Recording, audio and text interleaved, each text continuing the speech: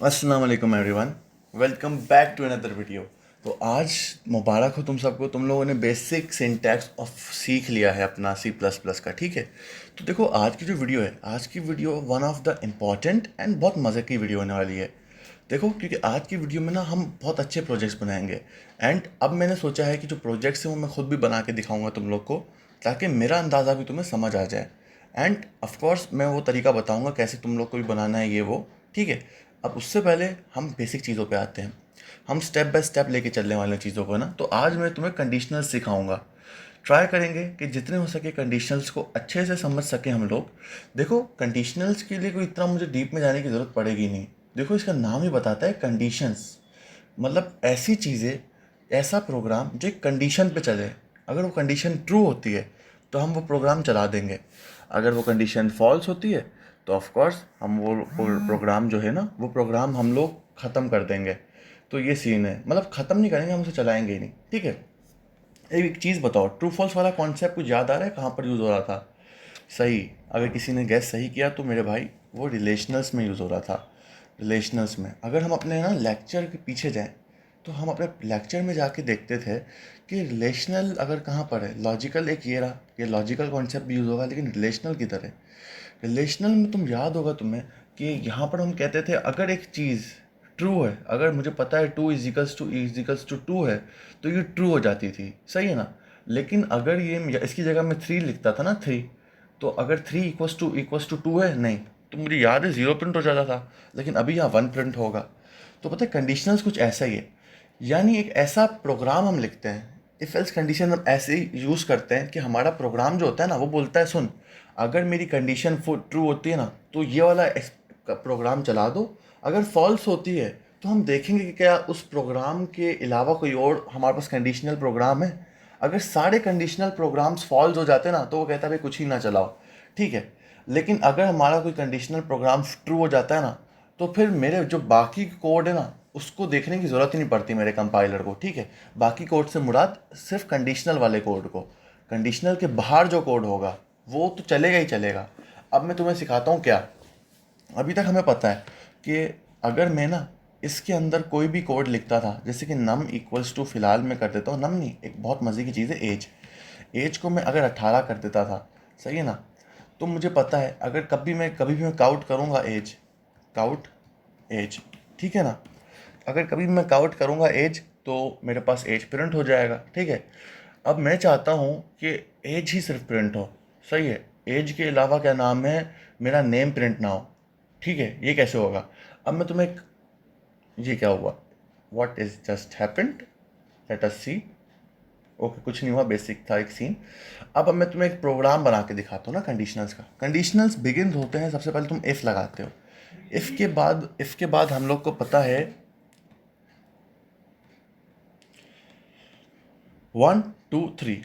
Basically if के इन दो brackets के अंदर मैं कंडीशन लिखता हूँ। जैसे वहाँ याद है मैं टू इक्वल्स टू लिखता था, फिलहाल मैं यहाँ दिखाई देता हूँ तुम लोग को। मैं लिख दूंगा अगर टू इक्वल्स टू टू है तो फिर मेरी ना प्रिंट कर दो। प्रिंट क्या करो, काउट एज। सही है ना, काउट कर दो मेरी एज। अब एज के साथ साथ ना मेरी प्रिंट कर दो, तुम ऐसा करो साहिल, ऐसा करो एज के साथ साथ मेरा ना नेम भी प्रिंट कर दो।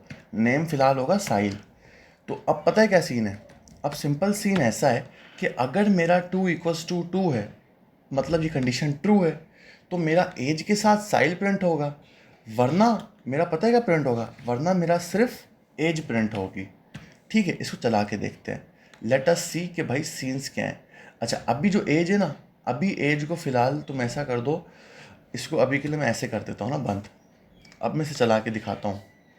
मेरी कंडीशन ट्रू है, मुझे पता है। अब इसने क्या सीन किया, इसने कहा कि भाई कुछ ना कुछ तो सीन आपने कर दिया है। ओके, देखो सीन ये है कि जिसने अगर गैस सही किया उसने सही गैस किया। मुझे ये है, सॉरी मुझे कमेंट नहीं करना था क्योंकि एज तो प्रिंट होगी ना, आई एम सॉरी। तो इसको प्रिंट लगाते हैं। इसको जब हम लगाएंगे तो अब देखो साहिल के साथ देखो 18 प्रिंट हो गया। तो अब आप बोलेंगे ठीक है साहिल, ये तो हमारी कंडीशन ट्रू थी तो ये दोनों तो चल गया और ये बाहर वाला भी चल गया। सही है ना? तो एक और एक चीज़ दिखाता हूँ। अगर मेरी कंडीशन फॉल्स हुई तो क्या होगा? मुझे पता है थ्री इक्वल नहीं है मेरे टू के ना। अगर थ्री मेरे टू के इक्वल नहीं है तो अब देखो सिर्फ मेरी बाहर की एज प्रिंट हो जाएगी, यानी ये वाला प्रोग्राम स्किप हो जाएगा। अब मैंने तो डेफिनेशन पढ़ी है, डेफिनेशन तो ये है, अगर कंडीशन ट्रू हुई तो बाकी कोड स्किप हो जाना चाहिए, क्योंकि सिर्फ कंडीशन के अंदर वाला कोड, जो इफ़ कंडीशन के अंदर वाला कोड ये है, ये चलना चाहिए, बाहर वाला नहीं चलना चाहिए। बाहर वाले से मुराद था एल्स। कंडीशन के बाद एक डिफ़ॉल्ट होता है कि अगर मेरी कंडीशन ना चले ना, अगर ये फॉल्स हो जाए तो फिर ये वाला कोड चल जाए मेरा, इसलिए मैं ना इसको एल्स कहता हूँ, ये इधर लगाता हूँ। अब एक चीज़ देखो, मेरी कंडीशंस मुझे पता है फॉल्स है, तो अब एल्स वाला कोड चल जाएगा। लेकिन मेरी कंडीशन अगर ट्रू हुई तो अब सिर्फ ट्रू वाला यानी सिर्फ इफ़ वाला कोड चल जाएगा। यानी देखो मुझे कितना इजी है गया कि अब मुझे सिर्फ सारा कोड प्रिंट करने की ज़रूरत नहीं है। मेरा जो कंपाइलर है अगर कंडीशन ट्रू हुई तो इसको प्रिंट कर देगा, और बाकी जितनी भी कंडीशन लाइक एल्स है वो सब स्किप कर देगा। अब आप बोलोगे यार साहिल, एल्स में तो कोई कंडीशन नहीं। देखो एल्स तो हाँ मैं मानता हूँ एल्स एक कंडीशन नहीं है, एल्स एक डिफ़ॉल्ट होता है, डिफ़ॉल्ट कोड है कि अगर मेरी सारी कंडीशंस फेल हो जाती है ना तो एल्स चलता है। तो एल्स से पहले कुछ हम लिखते हैं, हाँ एल्स के अलावा हम लिख सकते हैं इफ़, नहीं इस एल्स के अलावा हम लिखते हैं एल्स इफ़। एल्स इफ़ के अंदर हम डालते हैं कि भाई अगर मेरी इफ़ कंडीशंस फेल हो जाती है ना तो एल्स इफ़ वाली कंडीशन चेक करो। एल्स इफ़ वाली कंडीशन कहती है अगर मेरा 2 इज़ नॉट इक्वल्स टू 2 तो फिर मेरा कोड चला दो। फिर सोचो हमें क्या प्रिंट करना चाहिए, फिर हम प्रिंट कर देंगे सिंपल अपनी एज, सही है ना, जो एज है ना हम यहाँ पर प्रिंट कर देंगे। अब एल्स के अंदर मैं क्या लिखूंगा, एल्स एक डिफ़ॉल्ट कोड है,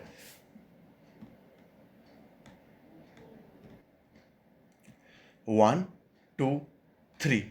तो अब एक बात देखने वाली ये है कि हमें समझ आ गया साहिल अगर इफ़ कंडीशन फॉल्स हो जाती है तो हम एल्स इफ वाली देखेंगे। तो अब हम ट्राई करते हैं। अभी मैं कहता हूँ अगर मेरा 2 इक्वल्स टू 2 है तो ये वाली चला दो, लेकिन अगर 2 इक्वल्स टू 2 नहीं है ना तो ये चला दो, सही है। अब एक चीज़ है, ये मुझे पता है कि ये दोनों एक अलग कंडीशन है, यहाँ की एक अलग कंडीशन लिखी हुई है, यहाँ की एक अलग कंडीशन। कोई ऐसी चीज़ है जो हमें बता सकती है कि भाई सीन्स क्या है। मैं ऐसे कर दूं यहाँ पर। अब देखो मैं ना क्या यूज़ करूँगा, अभी तक मैं क्या यूज़ कर रहा था, मैं रिलेशनल बता रहा था। अब मैं यहाँ लॉजिकल रिलेशनल का एक नया तरीका आजमा के दिखाऊंगा। मैं लिखूँगा अगर जो मेरी एज है ना, मेरी एज अगर ग्रेटर देन या इक्वल टू 18 है तो मेरा नेम प्रिंट हो जाए और एज प्रिंट हो जाए। लेकिन जो अगर मेरी एज एल्स के अंदर लगा देता हूँ, अगर मेरी एज ना इज़ लेस देन 18 है, सही है ना, age is less than 18 and age जो है ना greater than zero, greater than equal to zero, तो फिर मेरी ये वाली चल जाए।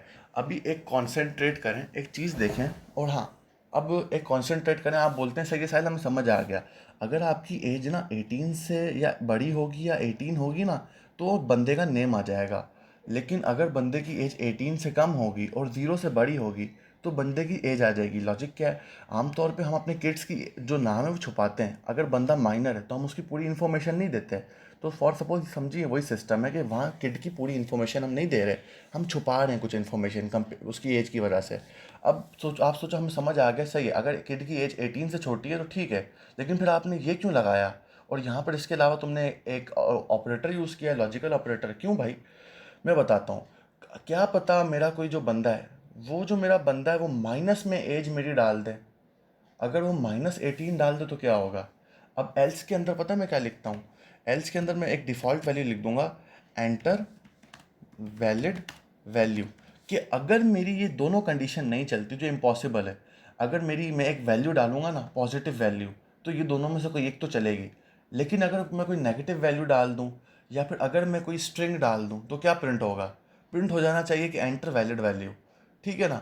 अब ऐसा करते हैं, इसको इंटरेस्टिंग बनाने के लिए ना हम एक सी इन डालते हैं ताकि और मज़ा आए। या हम एज लिख देंगे एंड इसके ऊपर इसको प्यारा बनाने के लिए हमें दिखा शो डिस्प्ले, उसका वैसे कोई काम तो नहीं है सी आउट का, लेकिन हम इसलिए सी आउट लिख रहे हैं ताकि ना हमें मज़ा आए कि भाई हमसे आस्क किया जा रहा है कि हम लोग को एज डालनी है। यहाँ मैं लिख देता हूँ एंटर यूअर एज, ठीक है, एंटर यूअर एज डाल देता हूँ। अब ऐसा करते हैं, ये जो इधर वैल्यू दी हुई ना इस वैल्यू को यहाँ हटा देते हैं। अब इसको स्टार्ट करते हैं। अब ये क्या कह रहा है, ये कुछ कहना चाह रहा है, let us see what it is asking to us. एक सीन में कोड देख लेता हूँ जल्दी जल्दी। तो ये कह रहा है कि तुमने कहीं पर एक सीन ऑन किया है, सही, यहाँ पर मैंने देखो टर्मिनेटर नहीं लगाया, तो ये चीज़ें मुझे देखनी पड़ती हैं। अब स्टार्ट करते हैं। स्टार्ट करते हैं तो सबसे पहले बोलता है साहिल अपनी एज डालो। तो बेसिकली पहले अगर मैं 18 डालता हूँ तो क्या आएगा, साहिल तुम्हारी एज 18 है, सही है। तो मुझे पता चल गया कंपाइलर पहले चलेगा यहाँ तक और पूछे, मतलब कंपाइलर तो पूरा चल जाएगा, लेकिन पहले ये लाइन पर चल के वो पूछेगा कि भाई ऐसा कर, अपनी एज एंटर कर। एंटर की तो वो देखेगा अच्छा एक इफ़ एल्स कंडीशन लगी है। इफ़ कंडीशन क्या लगी है कि अगर मेरी एज 18 से बड़ी या इक्वल टू है, तो बोलेगा हाँ मेरी एज तो 18 से बड़ी या इक्वल टू ही है, तो वो कहता है ये वाले कोड प्रिंट कर दो। एंड फिर वो नीचे जाएगा ना, तो बोलेगा इस एल्स इफ मैं अब नहीं चलाऊंगा, एल्स भी मैं नहीं चलाऊंगा, मैं आगे बढ़ जाऊंगा। आगे एंड में क्या लिखूंगा मैं, यहाँ पर जो मुझे पता है रिटर्न 0 डालना होता है, सही ना। अगर इफ़ एल्स इफ या एल्स के बाहर कोई मैं कोड लिखूंगा ना, वो कोड ज़रूर प्रिंट होगा, क्योंकि वहाँ कंडीशन नहीं है। जैसे कि फॉर सपोज मैं यहाँ प्रिंट करता हूँ हेलो, तो एक चीज़ देखो कि अगर मैं कोड चलाता हूँ तो सबसे पहले एंटर वाला पूछेगा। जब तक मैं कुछ एंटर नहीं दबाऊंगा या तब तक मैं एंटर की भी नहीं दबाऊंगा ना, तब तक कोड नहीं चलेगा। तो मैं डाल देता हूँ 18, 18 नहीं मैं 8 डालता हूँ, सही है ना। 8 डालता हूँ तो हेलो मेरा आ गया, 8 आ गया, और 8 के बाद मेरा डायरेक्ट हेलो आ गया। क्योंकि देखो ये वाली कंडीशन तो फेल हो गई कि भाई मेरी जो एज है ना वो बड़ी तो है ही नहीं 18, या बराबर भी नहीं है 18 से। तो एलसिफ पे जाएगा, एलसिफ पे देखेगा अच्छा मेरी एज 18 से छोटी है, ठीक है, और जो मेरी एज है ना वो 0 से बड़ी है, यानी नेगेटिव वैल्यू नहीं है, तो वो प्रिंट कर देगा एज, सिर्फ एज। जो चाइल्ड है ना उसका नेम छुपाएगा। फिर एल्स पे आएगा, और एल्स तो चलाएगा ही नहीं, वो बोलेगा एल्स तो मैं स्किप कर दूंगा क्योंकि मेरी एल्स इफ जो है ना वो पहले ही चल गई है। फिर वो आगे जाएगा, वो बोलेगा अच्छा ये कोड लिखा है अब मेरा इंट मेन के अंदर, तो ये इसको तो प्रिंट करेगा क्योंकि ये किसी कंडीशन के अंदर है ही नहीं। 1 2 3। तो गाइज अभी तक तो सारा कोड मेरे हिसाब से आपको समझ आ गया। अब मैंने हटा दी नीचे की लाइन, तो अब मुझे पता है क्या सीन है। बेसिकली अब स्मार्ट बंदे हो, तुम्हें समझ आ गया हो यहाँ तक क्या चल रहा है। तो हमने if else and else if बता दिया। अब एक चीज़ है कि मैं चाहूँ ना, जितने चाहूँ उतने एल्स इफ लगा सकता हूँ, जितने चाहूँ उतने एल्स इफ चला सकता हूँ, ठीक है ना, जित मेरी मर्ज़ी है, सही है। अब यहाँ पर मैं चाहूँ ना तो यहाँ पर एक और कोई कंडीशन भी लगा सकता हूँ अपनी मर्ज़ी की, ठीक है ना। अब मैं वो तो लगाऊंगा नहीं, इसको ऐसा करता हूँ हटा देता हूँ, ठीक है। अब ये एल्स इफ एल्स ये सारा ना हम एक कोड बनाएंगे, ये अपने पास सिंपल ग्रेडिंग कैलकुलेटर, तो उसके अंदर हम इफ़ एल्स इफ बहुत यूज़ करने वाले हैं, ठीक है। अब एक चीज़ है, हम स्विच पे आने से पहले ना मैं कहता हूँ हम ग्रेडिंग कैलकुलेटर कम बना लेते हैं, तो वो ज़्यादा बेहतरीन नहीं रहेगा, उससे हमारा सीन भी आसान रहेगा। तो वीडियो में मानता हूँ थोड़ी बहुत लंबी होगी, लेकिन इन द एंड तुम्हारी बेसिक स्ट्रांग होनी चाहिए। तो आपको समझ आ गया अब तक कि भाई अगर ट्रू हुई इफ़ वाली कंडीशन तो मैं आगे बढ़ सिर्फ इफ़ वाली कंडीशन को के अंदर का कोड चलाऊंगा, फिर बाकी एल सिर्फ उसकी जो भी हुआ, जो एल्स हुआ उसको स्किप कर दूंगा। अब ग्रेडिंग कैलकुलेटर बनाएंगे तो उस पर हम देखेंगे सीन्स जो भी हैं। तो फॉर सपोज अभी इसको ना मैं इसको ना ख़त्म कर देता हूँ, ठीक है। अब मुझे बताओ, तुम एक टीचर हो, सही है, तुम एक टीचर हो और तुम्हारा काम क्या है कि तुम ना हमारा जो बच्चा है उसके डिफरेंट ग्रेड्स को, डिफरेंट सब्जेक्ट्स के ना चीज़ों को एंटर करोगे, मार्क्स को। और कैलकुलेटर पता क्या करेगा, वो सिंपल देखेगा कि अगर इस बंदे का इतने मार्क्स टोटल हो के परसेंटेज जितना निकलता है तो इस पर्टिकुलर परसेंटेज पे मैं इसको ये ग्रेड दूंगा। तो अब मुझे फॉलो करो ग्रेडिंग कैलकुलेटर के लिए ना, तो हम वो बना के देखते हैं ग्रेडिंग कैलकुलेटर का क्या सीन है। तो मैं सबसे पहले मुझे पता है कि कुछ सब्जेक्ट्स होंगे, ठीक है। तो सब्जेक्ट्स होंगे तो हम ऐसा करते हैं, सबसे पहले हम कुछ चीज़ें से कर देते हैं। एक परसेंटेज होगा, परसेंटेज को हम फ्लोट में कर देते हैं कि भाई परसेंटेज जो है ना, परसेंटेज एक मेरे पास वेरिएबल है जिसके अंदर मेरा ना परसेंट होगा, ठीक है, मुझे समझ आ गया। अब मेरे पास एक वैल्यू होगी यानी मार्क वन होगा मेरे एक सब्जेक्ट की वैल्यू, ठीक है ना। और अब देखो एक चीज़ मैंने दिखाई नहीं, mark two and mark three, total 3 subjects होंगे। एक चीज़ देखो मेरे भाई, मैंने एक ही इंट से डिफरेंट वेरिएबल्स बना दिए, तो ऐसा भी मैं कर सकता हूँ, मज़े का सीन नहीं हो गया। अब मैं ग्रेडिंग कैलकुलेटर के लिए ऐसा करता हूँ कि मैं सिंपल पता है क्या लिखूँगा, मैं लिखूँगा कि भाई सी आउट करो एंड एंटर करो, एंटर यूअर उर्दू मार्क्स, यानी उर्दू के जो मार्क्स है ना, उर्दू मार्क, सही है, उर्दू मार्क्स हो गए। इसको एंडैल कर देते हैं, एंडैल लगा दिया, एंडैल के बाद ये लगा दिया। तो अब हमें पता है एंडैल के बाद हम सीन करते हैं, लेकिन मुझे अच्छा नहीं रहेगा कि भाई एंडैल ना हो, ऐसा हो कि जो मैं एंटर करता हूँ ना मेरे मार्क्स एंटर होने के बाद एंडैल हो, क्योंकि मैं चाहता हूँ एंटर योर मार्क्स, मेरे मार्क्स आगे मैं एंटर करूँ, नीचे नहीं एंटर करूँ, सही है। तो ऐसा करते हैं, एंडैल हटाते हैं, ठीक है। सिंपल यहाँ सी इन लगाते हैं, सी इन के अंदर मैं सिंपल डालता हूँ मार्क वन, यानी मार्क 1 के अंदर मेरे उर्दू के मार्क्स होंगे। फिर मैं पता क्या करता हूँ, सिंपल मैं काउट करूँगा, काउट काउट के बाद मैं पता क्या करूँगा, काउट के बाद मैं सीधा एंड लगा दूंगा, एंड सही है। अब मैं ऐसा ही करूँगा 3 बार, 1 2, एंटर योर उर्दू मार्क्स हो गया। एंटर योर उर्दू मार्क्स के बाद मैं करता हूँ enter your English marks. Enter your English marks हो गए। इंग्लिश मार्क मैं मार्क नंबर 2 के अंदर डालूंगा और मार्क नंबर 3 के अंदर मैं अपने मैथ्स के मार्क्स डालूंगा। ठीक है, मैथ्स। अब ये सीन सेट हो गया, ओके, कोई मसला ही नहीं। अब मेरे मार्क्स सारे एंटर हो गए, उसके बाद क्या सीन है, अगर एक सीन में से चला के देखूँ तो अभी तक ऐसा कैसा दिखेगा मेरा कोड। लेट अस सी, कोड चलता है। कोड चलने के बाद कुछ मेरे पास ऐसा दिखेगा, एंटर उर्दू मार्क। मैं डालता हूँ उर्दू के मार्क ना मेरे 100 में से 67 है। Enter English marks. इंग्लिश के मार्क्स मेरे पास क्या हैं, इंग्लिश के मार्क्स मेरे पास हो सकते हैं 90। उर्दू के मैथ्स के मार्क्स क्या हैं, 89। ठीक है, कितना मज़े का हो गया। अब मैं ना इफ़ एल्स कंडीशन का इस्तेमाल करूँगा। अब देखो इफ़ एल्स कंडीशंस में कैसे यूज़ करूँगा, इफ़ एल्स कंडीशंस कैसे काम करेंगी, कि सबसे पहले ना मैं अब nested if else conditions use करूँगा। नेस्टेड देखो ऐसे काम करता है लॉजिक, कि जो मेरे मार्क है ना, जैसे कि मेरा mark 1 should be greater than 0। सही है, मार्क 1 मेरा should be greater than 0 and mark, अच्छा ग्रेटर देन नहीं, ग्रेटर देन और इक्वल टू 0, क्योंकि मैं 0 भी तो दे सकता हूँ ना। अब पता है मैंने ग्रेटर देन इक्वल टू 0 क्यों लिखा, कि मेरे माइनस में मार्क्स ना हो। एंड जो मेरा मार्क 1 है ना, मार्क 1 वो शुड बी लेस देन और इक्वल टू 100। यानी मैं इस कंडीशन से पता है क्या समझ गया, कि भाईजान अगर तूने मार्क 1 जो है ना, वो अगर तूने ज़ीरो से बड़ा देना है या ज़ीरो देना है, माइनस में तो दे नहीं सकता। और मार्क 1 तू या तो 100 दे सकता है या 99, तू 101 नहीं दे सकता। यानी हमें समझ आ गया कि हम 0 से लेके 100 तक मार्क्स दे सकते हैं। ओके, अब इसके अलावा हम दूसरी कंडीशंस भी सेट करते हैं।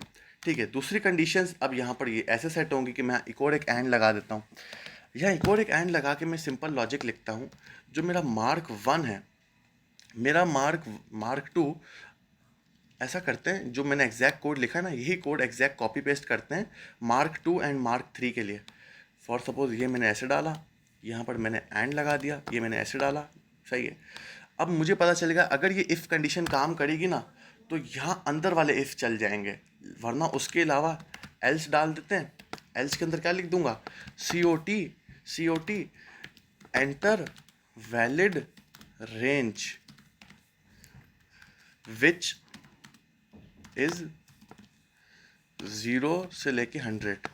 ठीक है, एंटर वैलिड एज। अब मैं तुम्हें बताता हूँ कि इसके अंदर मैं अलग से अब इफ नेस्टेड क्या लिखूंगा। नेस्टेड ये होता है कि अगर हम इफ़ कंडीशन के अंदर, इफ़ कंडीशन का जो ब्रैकेट्स के अंदर अगर हम इफ़ कंडीशंस और यूज़ करें ना, तो तब हमारा उसे कहते हैं नेस्टेड। ठीक है, अब नेस्टेड ऐसे होता है कि सबसे पहले ना तुम्हारा भाई देख ले वीडियो कितनी बड़ी हो गई। ओके, वीडियो इतनी बड़ी हुई नहीं है, तो हम आगे बढ़ सकते हैं। तो अब हम करते हैं कि मैं इफ़ कंडीशन के अंदर इफ़ यूज़ करने वाला हूँ, तो इसको कहेंगे नेस्टेड। तो अब मुझे बताओ मैं इफ़ के अंदर इफ़ क्यों यूज़ करूँगा। ठीक है, मुझे समझ आ गया कि जो मेरा बंदा है ना, मेरा बंदा इतना ये लाया है। अब मैं ना इन तीनों जो मार्क्स हैं, इन तीनों मार्क्स का एक परसेंटेज निकालूंगा and depending on that particular percentage मुझे एक पर्टिकुलर ग्रेड असाइन होगा, यानी इफ़। सही, इफ़। अच्छा, एक और एक चीज़, मैं ना यहाँ बाहर ना परसेंटेज जो है, परसेंटेज है ना, परसेंटेज कैलकुलेट कर दूंगा। परसेंटेज निकालने का सिंपल तरीका है कि जितने भी मार्क्स हैं, जैसे मार्क 1 प्लस करो उसमें मार्क अपने पास 2 प्लस करो उसमें मार्क अपने पास 3, तो यानी 3 मार्क्स हैं, इन 3 मार्क्स को डिवाइड बाय कर दो तुम 100। सही है, तो मोस्ट प्रोबेबली तुम्हारे पास सीन ऑन हो जाएगा, परसेंटेज निकल आएगी। ठीक है ना, ये तुम्हारे पास परसेंटेज का तरीका है। ओके, इसमें मैं सोच लूँ कुछ और तो हम नहीं भूल रहे ना, मैं इस हिसाब से तो नहीं भूल रहे। ठीक है, अब मैं यहाँ लिखूँगा कि अगर जो मेरी परसेंटेज है, मेरी परसेंटेज इज़ ग्रेटर देन और इक्वल टू 90। सही है, 90 से बड़ी है मेरी परसेंटेज, एंड परसेंटेज जो है ना इज लेस देन और इक्वल टू 100, तो फिर मेरे पास ए प्लस आना चाहिए। सी आउट कर दो, सी आउट कर दो, ए प्लस, ए प्लस प्लस, ठीक है, नहीं ए प्लस। अब ये क्या लॉजिक है, हमें यहाँ का ऊपर का लॉजिक समझ आ गया। पहले हम एरर डिटेक्शन करेंगे इफ कंडीशन के अंदर कि भाई कोई एरर तो नहीं है, यानी मेरी 0 एंड 100 के अंदर ये ना रेंज, अगर एरर होता तो मेरी ये एल्स कंडीशन डायरेक्ट प्रिंट हो जाती, लेकिन अगर एरर नहीं है तो अंदर मेरा नेस्टेड जो इफ एल्स है वो टल जाए। नेस्टेड इफ एल्स है ना, वो कहता है कि भाईजान सुन, अगर तेरा 100 से बराबर है या फिर 100 से कम है तेरा परसेंटेज, लेकिन तेरा परसेंटेज 90 से ज़्यादा या फिर इक्वल है, तो तुझे ए प्लस मिलेगा, वरना एल सिफ लगा दो। एलसिफ क्या करता है, एलसिफ की कंडीशन सिंपल हम लिख सकते हैं कि जो मेरी परसेंटेज है, एग्जैक्ट मैं यही कॉपी करता हूँ, या ऐसे कर तो कॉपी नहीं करता, सिंपल बताता हूँ। अगर जो मेरी परसेंटेज है, मेरी परसेंटेज इज़ ग्रेटर देन और equal to 89, is greater than और इक्वल टू 89, क्योंकि देखो 90 तक तो मेरा ए प्लस है, तो मुझे पता है कि 89 हो या फिर मेरी परसेंटेज, एंड मेरी परसेंटेज जो है, मेरी जो परसेंटेज है इज़ लेस देन, सही है, मेरी परसेंटेज इज़, एक सेकेंड, आई एम सॉरी, मेरी गलती है, यहाँ पर लेस देन आना चाहिए, लेस देन और इक्वल टू, ठीक है, क्योंकि मुझे पता है मेरी 89 से या तो कम होगी परसेंटेज या तो 89 होगी, और मेरी परसेंटेज अगर ग्रेटर देन या इक्वल टू होगी 80 के, तो मुझे सिंपल ना सी आउट कर दो। सी आउट क्या करो, मैं बताता हूँ सी आउट क्या करो, मुझे ना ए ग्रेड सी आउट कर दो, सही है, ए हो गया। अब एक और एक एलिफ करते हैं। अच्छा, एलिफ जब तुम लिखोगे ना एलिफ, तो एलिफ से ऑटोमेटिकली एल सिफ आ जाएगा। तो अब मैं बताता हूँ, अगर मेरी परसेंटेज अब मुझे पता है 80 तक तो मेरी परसेंटेज मुझे ए देगी, लेकिन अगर जो मेरी परसेंटेज है इज़ लेस देन और इक्वल टू 79, सही है, एंड मेरी परसेंटेज इज़ ग्रेटर और equal to what, is greater और इक्वल टू 70, तो मुझे बी ग्रेड दे दो, बी प्लस बी नहीं, बी ग्रेड, ठीक है, बी ग्रेड। इसका सी ओ टी करते हैं, सी ओ टी करते हैं बी।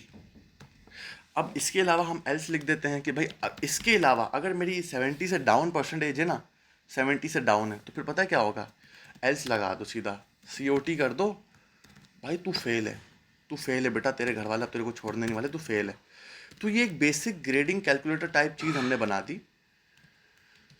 ओके, अब इसको देखो, अब ये कॉम्प्लिकेटेड लग रहा होगा, लेकिन मैंने 1 बाय 1 लाइन समझाई कि कैसे काम कर रहा है। अब इसको चला के देखें, लॉजिक देखो, वर्क फ्लो पहले समझो क्या है। वर्क फ्लो है, पहले तुम तीनों ग्रेड मार्क्स ना एंटर करोगे, तीनों मार्क्स एंटर करोगे, तो फिर जो मेरा परसेंटेज है मैं वो कैलकुलेट कर लूँगा। फिर मेरी कंडीशन चल जाएगी कि जो मैंने मार्क्स एंटर किए थे, वो जो मेरे मार्क्स थे 0 और 100 की रेंज के अंदर ही थे ना, अगर अंदर है तो फिर ये वाला कोड चला दो। ये वाला कोड के अंदर मैंने नेस्टेड इफ एल्स यूज़ किया कि भाई क्या नाम है, नेस्टेड इफ एल्स यूज़ किया कि भाईजान अगर तुम्हारी परसेंटेज इस रेंज के अंदर तो ये प्रिंट कर दो, इस रेंज के अंदर तो ये प्रिंट कर दो, इस रेंज के अंदर है तो ये प्रिंट कर दो, ठीक है, वरना फिर सीधा एल्स लगा दिया, एल्स तुम फेल हो, ठीक है। तो ये सिंपल सीन है। और फिर मेरा ये कोड अगर सारा चल गया ना, तो फिर मेरा ये वाला जो कोड है एल्स, ये तो चलेगा ही नहीं, क्योंकि पता है मेरा इफ़ वाला कोड तो चल गया है, ठीक है, इफ़ वाला जब मेरा कोड चल गया तो मुझे नीचे वाला कोड ब्लॉक को देखने की ज़रूरत ही नहीं है। अब मैं इसको चला के देखूँ कि हमने क्या रंग लाए हैं।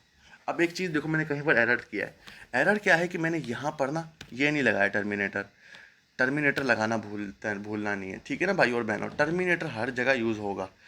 ओके, अब लेट अस सी हमने क्या सीन किया है।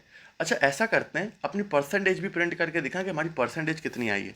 सी ओ टी करते हैं, मैं सिंपल सी ओ टी लिखता हूँ, ये 4 बार लगाता हूँ, और इसके अंदर मैं अपनी ना परसेंटेज डालता हूँ, एंड यहाँ पर एंड एल लगा देता हूँ। अब मज़ा आएगा ना, अब मज़ा आएगा देखने में कि सीन्स क्या चल रहे हैं। एग्जैक्ट यही लाइन को मैं कॉपी करता हूँ, एंड कॉपी करने के बाद यहाँ दे देता हूँ, और फिर यहाँ दे देता हूँ।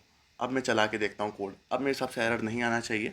अब उर्दू के मार्क्स, मेरे उर्दू के मार्क्स हैं 90, मेरे इंग्लिश के मार्क्स हैं 89, मेरे मैथ के मार्क्स हैं 78, तो मुझे एफ़ ग्रेड आया।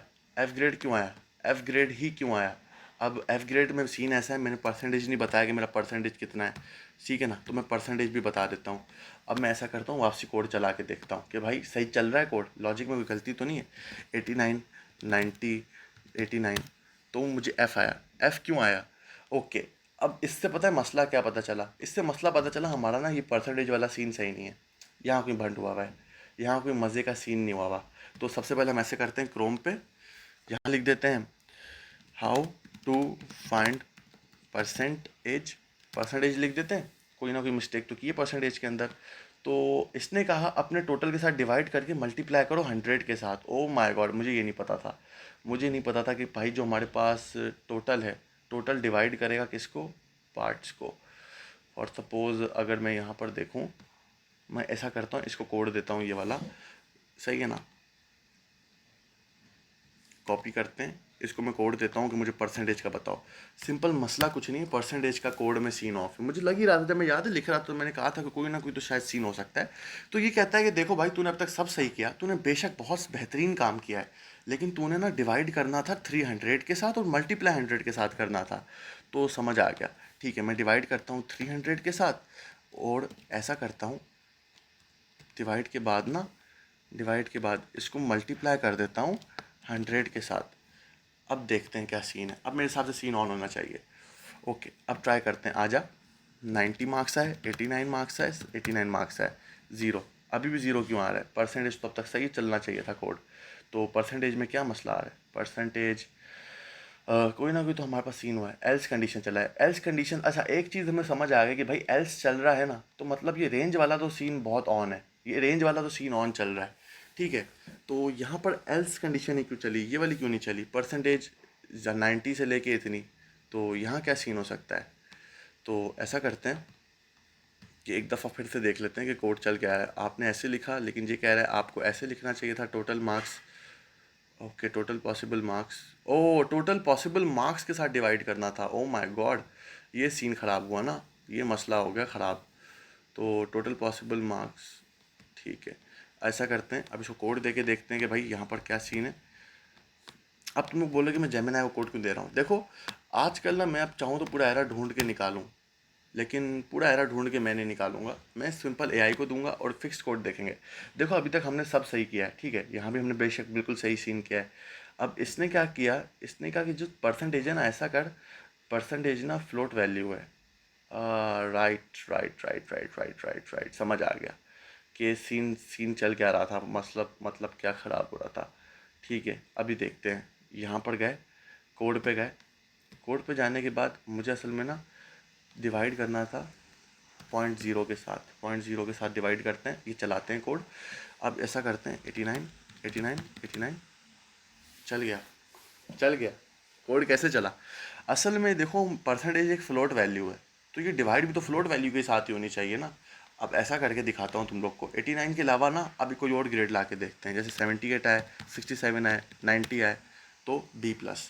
तो ये सीन था, मतलब कुछ नहीं था। मैंने पॉइंट जब जीरो लगाया ना, तो इसको अब पता चला कि भाई मैं डिवाइड कर रहा हूँ एक फ्लोट वैल्यू के साथ, एक होल नंबर के साथ नहीं।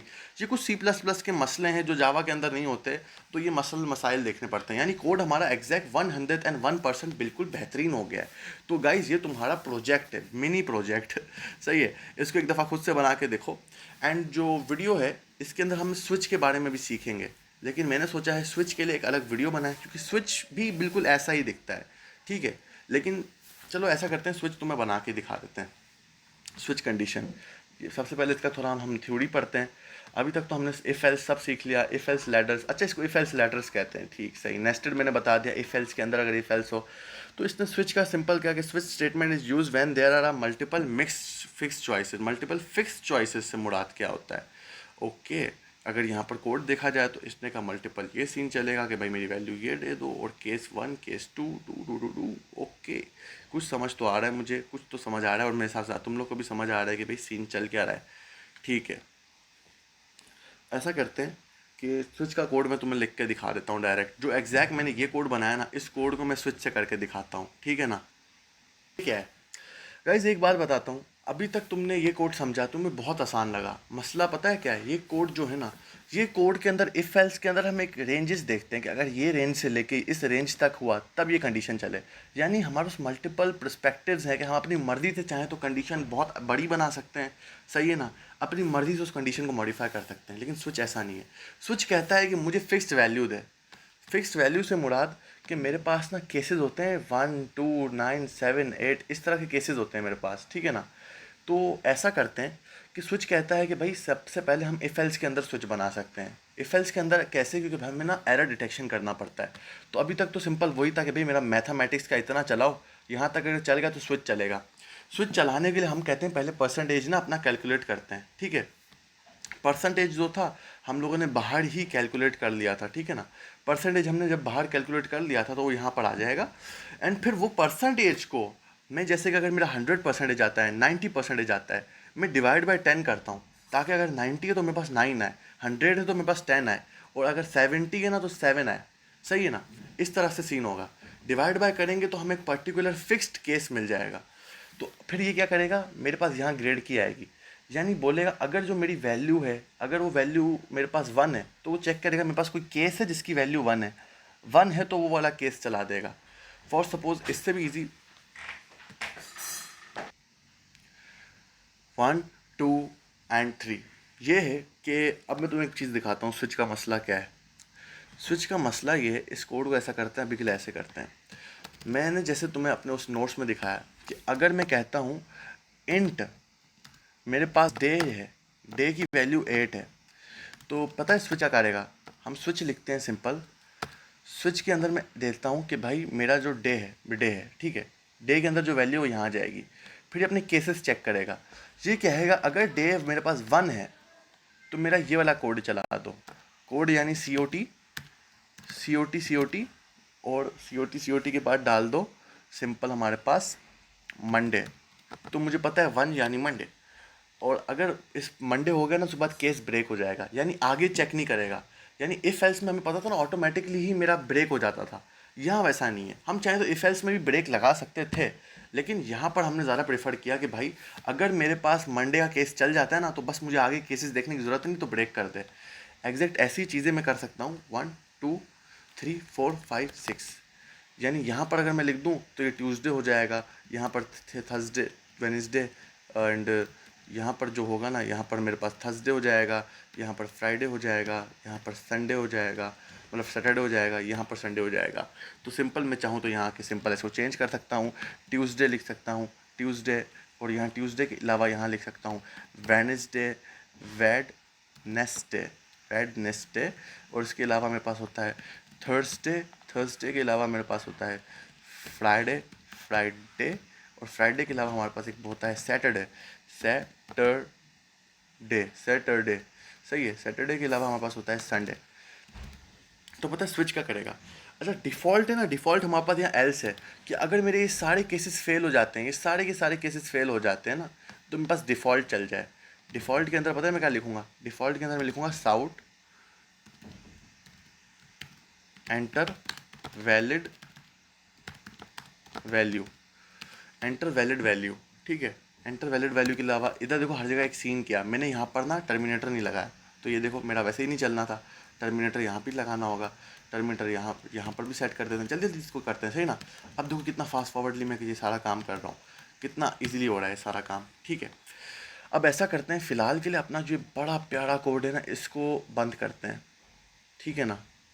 इस बड़े प्यारे कोड को ना अभी के लिए ऐसे कर देते हैं, ठीक है।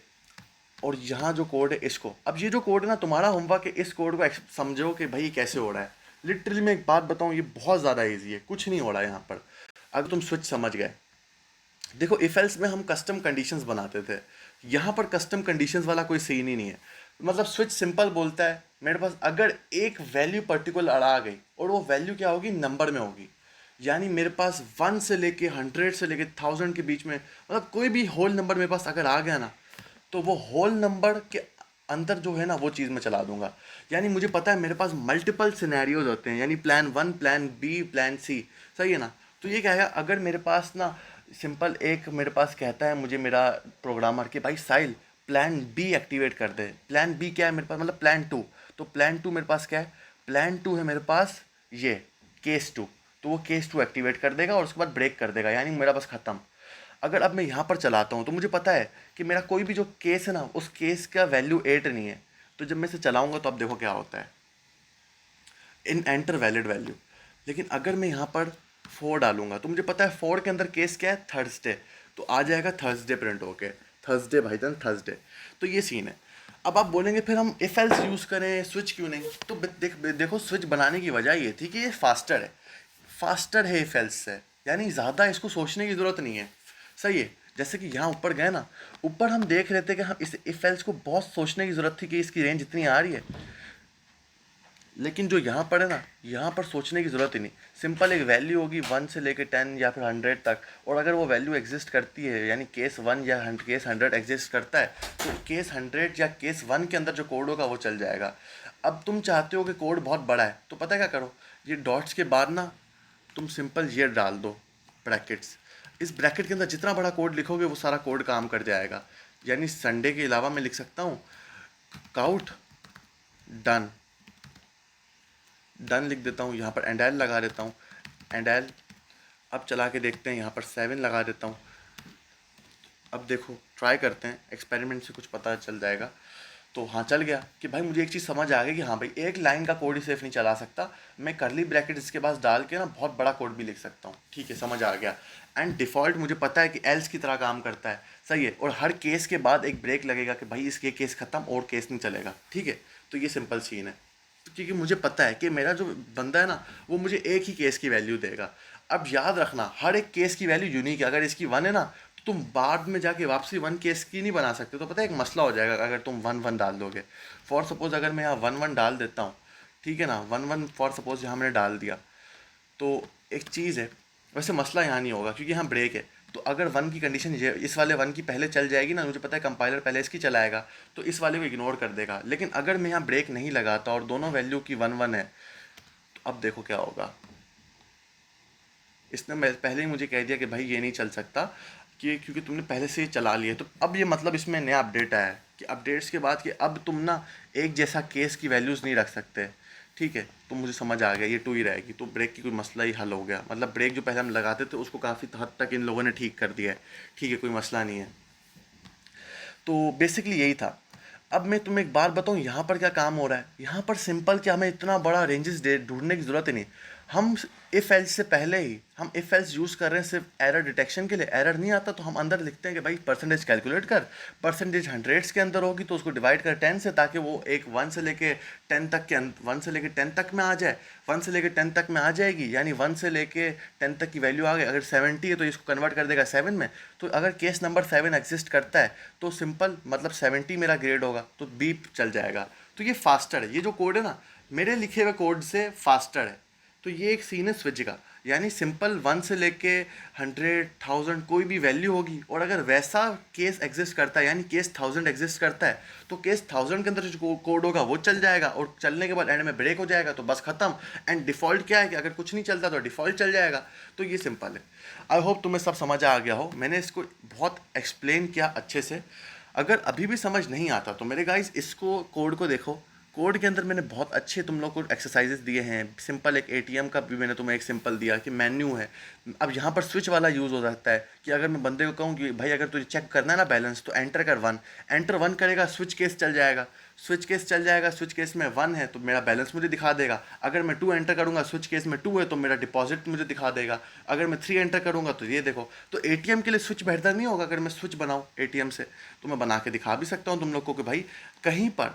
अब ये डिपेंड करता है यूज़र की मर्ज़ी पे कि कहीं पर हमारा जो यूज़र है ना, हमारा जो प्रोग्रामर है, वो चाहेगा कि मुझे ना 1 2 3 4 5 6 ऐसे मेरी कंडीशंस चलें। लेकिन कहीं पर वो चाहता है कंडीशंस मेरी रेंज में चलें, या मेरी मर्ज़ी की ट्रू फॉल्स होकर कंडीशंस चलें। यानी जहाँ पर ट्रू फॉल्स कंडीशंस होंगी वहाँ पर हम इफ एल्स देखेंगे। जहाँ पर एक वैल्यू पर डिपेंड करती होंगी कि भाई एक पर्टिकुलर वैल्यू अगर आई ना तब मेरी कंडीशन चले, तो वहाँ पर स्विच चलेगा। ठीक है, अगर मैं एटीएम वाला चाहूँ तो एटीएम वाला भी कोड तुम लोग को बना के दिखा सकता हूँ। ठीक है ना, एटीएम वाला कोड इतना कोई मुश्किल है ही नहीं, 2 मिनट का काम है। सही है, मैं सिंपल लिख सकता हूँ यहाँ पर नीचे जाके मैं लिख सकता हूँ इंट बैलेंस। बैलेंस के अंदर मेरे पास बैलेंस कितना है? बैलेंस है मेरे पास $100। सही है, अब मैं यहाँ स्विच कंडीशन लगा देता हूँ। स्विच से पहले मैं एक सीन डाल देता हूँ। सीन के पहले मैं डाल देता हूँ सी आउट, कि मुझे पता चले मुझे क्या एंटर करना है। Enter your choice, enter your choice. ठीक है, अब एंटर योर चॉइस के बाद मैं सबसे पहले ऊपर मुझे ऑप्शंस आ जाएं। पहले एक ऑप्शन में डाल देता हूँ सी आउट के बाद अब देखना यहाँ मैं स्लैश टैब भी इस्तेमाल करूँगा। मैं चाहता हूँ एक ही लाइन पे मेरी 2 चीज़ें हैं। जैसे कि फर्स्ट अगर मैं 1 यूज़ करता हूँ तो चेक बैलेंस आ जाए कि मेरे पास कितना बैलेंस है, चेक बैलेंस आ जाए। ठीक है, अब मैं स्लैश टी डालूंगा। यानी /1 के बाद मतलब जो चेक बैलेंस ना उसके पास थोड़ा सा स्पेस आ जाए, थोड़ा सा स्पेस आने के बाद ना मेरा सेकंड ऑप्शन मुझे दिखे। यहाँ मैं लिख दूंगा चेक बैलेंस के अलावा ये क्या मांग रहा है हमसे। अब जो मैं कोड बना रहा हूँ ना, मैं कोड बना रहा हूँ सिंपल कि चेक बैलेंस के बाद सामने थोड़ा गैप आके ना मेरा डिपॉजिट आ जाए, लेकिन इसने क्या किया कि इसने सिंपल लाइन से बना दिया है। मैं लाइन से भी बना सकता हूँ, लाइन से तुम्हें पता है कि सी आउट चेक बैलेंस एंडल डालो, फिर सी आउट डिपॉजिट एंडल डालो, सी आउट विड्रॉ एंडल डालो। लेकिन मैं वैसे नहीं, मैं थोड़ा और मजे का बना रहा हूँ, अपग्रेड। डिपॉजिट विद्रॉ एग्जिस्ट होता है, डिपॉजिट और विद्रॉ एग्जिट होता है। तो डिपॉजिट यहाँ लिख सकता हूँ, डिपॉजिट, डिपॉजिट के बाद अब मैं चाहूँ, अच्छा इस एक सी आउट से पूरा गेम करके दिखाऊँ, इस पूरे एक सी आउट से मैं /n डाल सकता हूँ कि भाई सिंपल पहले चेक बैलेंस है, दो लाइन, दो मेरे पास थोड़ा गैप आके डिपॉजिट है, डिपॉजिट के बाद सिंपल दो लाइनें स्किप होके सिंपल मेरे पास आए नंबर 3, जिसको मैं कहता हूँ विथड्रॉ। विथड्रॉ आ जाए, विथड्रॉ आ जाए तो विथड्रॉ के बाद थोड़ा गैप आए आगे नंबर 4, नंबर 4 के अंदर मेरे पास क्या हो, विथड्रॉ के अलावा मेरे पास आ जाए एग्जिट, एग्जिट आ जाए। सी इन योर चॉइस लिख देता हूँ, सी इन योर चॉइस के बाद सिंपल ये डाल देता हूँ, ये डाल देता हूँ। सही है, यहाँ पर मैं ऐसा करता हूँ, सी आउट सी इन कर देता हूँ, सी इन के बाद मैं यहाँ पर ऐसा करता हूँ इंट, अच्छा इंट के अलावा यहाँ पर मैं ऐसे कर देता हूँ, यहाँ लिख देता हूँ चॉइस, यहाँ चॉइस लिख दी, चॉइस लिख दी यहाँ पर, तो यहाँ पर मैं चॉइस लिख देता हूँ, चॉइस सिंपल चॉइस हो गया। तो अब मैं एंटर अपनी मर्जी की चॉइस लिख सकता हूँ, एंटर अब मैं कोई भी 1 2 3 4 कुछ भी लिख सकता हूँ। फिर यहाँ पर मैं चॉइस लिख देता हूँ कि भाई यहाँ चॉइस आ जाएगा, या पैरामीटर देता हूँ, इसे पैरामीटर कहते हैं कि मैं इस स्विच के अंदर यहाँ पैरामीटर एक दे रहा हूँ कि भाई यहाँ अगर चॉइस है, चॉइस अब मेरी कोई भी वैल्यू हो सकती है वेरिएबल के अंदर 1 से लेके 4, सही है ना। तो अगर मेरी चॉइस 1 हुई, अगर मेरी चॉइस 1 हुई, मुझे पता है 1 के अंदर हम अपना बैलेंस देखेंगे, तो मुझे पता है मैं सी आउट कर दूँ सिंपल अपना बैलेंस, सी आउट कर देता हूँ, सी आउट के अंदर मैं लिख देता हूँ सिंपल बैलेंस, बैलेंस, सही है ना। बैलेंस के बाद ये ऐसे करके ना यहाँ लिख देता हूँ बैलेंस, ठीक है। अब ऐसा करते हैं, यहाँ पर ना एक सी आउट के बाद ना यहाँ पर सी आउट एंडल कर देते हैं ताकि एक लाइन स्किप हो ना, एंडल, एंडल डाल देते हैं, एंडल डाल दिया। अगर तुम लोग मुझे फॉलो कर रहे हो तो बेसिकली प्रोजेक्ट बनाते बनाते तुम लोग चीज़ें सीख रहे हो, तो कोई मसले की बात ही नहीं है। एंडल डाल दिया। अब मेरी मुझे पता चल गया चॉइस 1 क्या है, चॉइस 2, ऐसा करता हूँ मैं इतना टोटल 4 चॉइसेस लिखता हूँ। चॉइस 2 ही ना, चॉइस 2 का मतलब क्या है, डिपॉजिट। डिपॉजिट का मतलब है कि मैं कोई एक वैल्यू डिपॉजिट कर रहा हूँ। ऐसा करते हैं यहाँ सी इन डाल देते हैं ना, सी इन, सी इन लिख देता हूँ, सी इन, सी इन के अंदर मैं लिख देता हूँ डिपॉजिट, डिपॉजिट, सही है, सी इन के अंदर, और यहाँ सी आउट डाल देता हूँ। अब डिपॉजिट नाम का मेरे पास वेरिएबल क्रिएट नहीं था, तो मैं यहाँ डिपॉजिट नाम का वेरिएबल क्रिएट करता हूँ। अब पता है क्या होगा, अगर मैं जो भी वैल्यू डिपॉजिट में डालूंगा ना, वो वैल्यू मेरी प्लस हो जाएगी बैलेंस के अंदर। तो सिंपल ये सीन है। तो यहाँ मैं डिपॉजिट नाम का कुछ लिख देता हूँ, डिपॉजिट, मैंने स्पेलिंग क्या लिखी है यहाँ पर डिपॉजिट की, ये लिखी है स्पेलिंग डिपॉजिट की चाहिए हर बड़ी में, तो डिपॉजिट लिख देते हैं। यहाँ सी आउट होना चाहिए भाई, एंटर कर अपनी वैल्यू, एंटर यूर अमाउंट, सही, एंटर यूर अमाउंट हो गया। एंटर यूर अमाउंट के बाद यहाँ पर डिपॉजिट वैल्यू हो जाएगी, तो बैलेंस, अच्छा डिपॉजिट के बाद हमारे पास एटीएम में क्या आता है कि हमें बैलेंस ऑटोमेटिकली शो हो जाता है। तो मेरा जो ये बैलेंस होगा ना, वो बैलेंस यहाँ पर ऐसे दिखाएगा कि सबसे पहले ब्रैकेट डालता हूँ, ब्रैकेट के अंदर ऐसा करो balance plus deposit, balance plus deposit. तो अब जो मेरा डिपॉजिट है वो दिखा देगा ये मुझे, ठीक है ना। Balance plus equals to deposit कर, नहीं प्लस इक्वल्स टू नहीं होगा, सिर्फ प्लस करना होगा, ठीक है। और चाहूँ तो इसको चेंज कर दूँ, ऐसा करता हूँ इसको चेंज कर देता हूँ तो बहुत प्यारा नहीं लगेगा। कंट्रोल प्लस एक्स करते हैं, डिपॉजिट के बाद ऐसा करते हैं, बैलेंस लिखता हूँ, balance plus equals to deposit. यहाँ पर देखो मैं कोड एक कंडीशन यूज़ कर रहा हूँ, असाइनमेंट, असाइनमेंट ऑपरेटर यूज़ कर रहा हूँ, ऑपरेटर, सही है ना। यहाँ पर अब सिंपल लिख देता हूँ बैलेंस, बैलेंस, ठीक है। अब मुझे समझ आ गया सेक्शन कंडीशन। विथड्रॉ, विथड्रॉ में पता है क्या होगा कि मैं अपनी मर्जी का अमाउंट लिखूंगा और वो मेरे माइनस हो जाएगा, यानी जो मैंने यहाँ सिनेरियो लिखा था ना, वो सिनेरियो का उल्टा हो जाएगा यहाँ के अंदर। यहाँ पर ऐसा करते हैं कंट्रोल प्लस सी, यहाँ डबल सी को हटा दो, ये कंडीशन नंबर 3, थोड़ा ना गैप दे देते हैं कंडीशंस में ताकि अच्छा लगे, यहाँ थोड़ा गैप दे दिया। तो गैप देने के बाद यहाँ पर अब देखो क्या होगा, एंटर यूर अमाउंट, जो तुम्हें विड्रॉ कराना है। तो विड्रॉ के लिए हम डिपॉजिट का इस्तेमाल करें, क्योंकि डिपॉजिट तो क्या नाम है, एक वैल्यू है जो हम माइनस या प्लस के लिए इस्तेमाल कर सकते हैं। या चाहूँ तो मैं अलग से एक वेरिएबल क्रिएट कर सकता हूँ, 1 2 3। तो गाइस एक सेकंड मैं बताता हूँ, मैं चाहूँ ना एक वेरिएबल क्रिएट कर सकता हूँ मर्जी का अपना, और उस वेरिएबल से माइनस कर सकता हूँ। लेकिन मुझे पता है कि डिपॉजिट अमाउंट जो है ना, मुझे कहीं प्रिंट करके दिखाना थोड़ी है। डिपॉजिट तो बस मेरा एक सी इन है, सही है ना। और डिपॉजिट सी इन की मदद से मेरी एक ऐसी वैल्यू है जिससे मैं माइनस भी करूँ प्लस भी करूँ, कोई फ़र्क थोड़ी पड़ता है। भले इसका नाम डिपॉजिट है, लेकिन ये वेरिएबल मेरा क्या काम कर रहा है, माइनस के लिए भी काम कर सकता है, प्लस के लिए भी। क्योंकि कल को मुझे कहाँ कहीं जाके दिखाना थोड़ी कि मैंने कितना अमाउंट डिपॉजिट किया है। मैं तो लिखते टाइम सिर्फ लिखूंगा कि मैंने इतना, क्या नाम है, मैं इतना डिपॉजिट कर रहा हूँ। लेकिन मुझे दिखेगा थोड़ी कि एंटर होने के बाद डिपॉजिट अमाउंट, कि भाई मैंने इतना डिपॉजिट अमाउंट लिखा था या विड्रॉ अमाउंट लिखा था, सही है ना।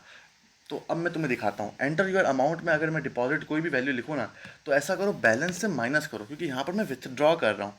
अब मेरा करंट बैलेंस आ जाएगा। एंड में एग्जिट, एग्जिट में यहाँ करूँगा तो सिंपल मेरा ब्रेक हो जाएगा, ब्रेक हो जाएगा, मुझे कुछ लिखने की ज़रूरत ही नहीं है। यहाँ पर मैं चाहूँ तो सी आउट भी लिख सकता हूँ कि बाय बाय बाय बाय, ठीक है। सिंपल मैंने सी आउट लिख दिया, बाय बाय। तो अब मेरा एक बहुत बेहतरीन कोड लिख गया है। अब यहाँ पर मैं डिफ़ॉल्ट का भी कुछ लिख सकता हूँ, डिफ़ॉल्ट में एरर लिख सकता हूँ मैं कि भाई एरर आ गया कोई ना कोई, सी आउट करके मैं लिख सकता हूँ एरर। अब मैंने यहाँ दो बड़े प्रोजेक्ट्स बना दिए हैं, सही है। तो आई होप ये काम मज़े का करे तो बहुत बेहतरीन काम होगा। कोई एरर आ गया तो हमें पता चल जाएगा, कोई मसला ही नहीं है, सही है ना। कोड मेरे हिसाब से चल गया है। ओके, ये एरर आ गया कहीं पर। एरर कहाँ पर आया मुझे जल्दी से देखना पड़ेगा। ये क्या, कहाँ पर एरर आ रहा है, सी इन के वक्त डिपॉजिट। ओके, एक सेकंड देखने दो, डिपॉजिट सी इन, हाँ ये देखो ये रहा, यहाँ पर एरर है। यहाँ पर मैंने टर्मिनेटर नहीं लगाया। टर्मिनेटर लगाना अपनी एक हॉबी बना लो, सही है ना। और ये अब मैंने यहाँ पर प्ले किया, ये यहाँ पर मैंने प्ले किया। अब मेरे एक और जगह कहीं पर एरर आ रहा है, लेट मी सी किधर एरर आ रहा है। सबसे पहले देखते हैं, एक सेकेंड। डिफ़ॉल्ट के बाद मुझे लगाने की ज़रूरत नहीं है, सिंपल। ओके ओके, एक चीज़ बताओ मैंने क्या बोला था कि जब भी मैं ये लिखता हूँ ना, मुझे इसके बाद अगर बड़ा कोड लिखना है तो कर्ली ब्रैकेट्स में लिखना होगा। अब देखो, इससे तुम्हें समझ आ रहा है कि हाँ एआई की मदद ले रहा हूँ तुम्हें पढ़ाने के लिए, लेकिन साथ साथ मैं खुद भी सोच सोच के बना रहा हूँ, तो इंसान हूँ, गलतियाँ तो करूँगा मैं भी। एंड अच्छा है ना, ये रफ, मैं तुम्हें एक रॉ कोड, मैं तुम्हें एक समझ लो रॉ चीज़ बना के दिखा रहा हूँ। रॉ की वजह से ना, इस रॉ वीडियो की वजह से तुम्हारे लिए ईजी होगा। अब प्ले करके देखें अब एरर आता है या नहीं। एरर आता है तो हम वो देख लेंगे।